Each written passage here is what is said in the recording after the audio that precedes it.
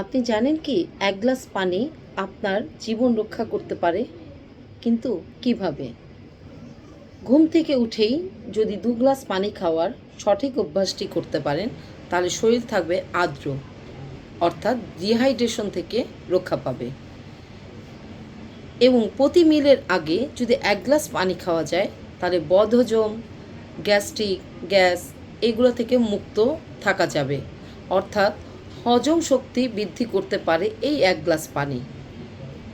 গোসলের আগে বা শাওয়ার নেওয়ার আগে যদি ১ গ্লাস পানি খেয়ে শাওয়ার নেওয়া যায়, তাহলে আমাদের রক্তচাপ নিয়ন্ত্রণ থাকবে খুব সহজেই এবং আমাদের শারীরিক টেম্পারেচার বা শরীরের যে টেম্পারেচার, তাপমাত্রা নিয়ন্ত্রণ থাকবে। ঘুমানোর আগে ১ গ্লাস পানি খেলে আমাদের শরীর ডিহাইড্রেশন থেকে মুক্ত হবে। অর্থাৎ সুস্থ থাকতে চাইলে নিয়ম মেনে পানি পান করি। আল্লাহ হাফেজ।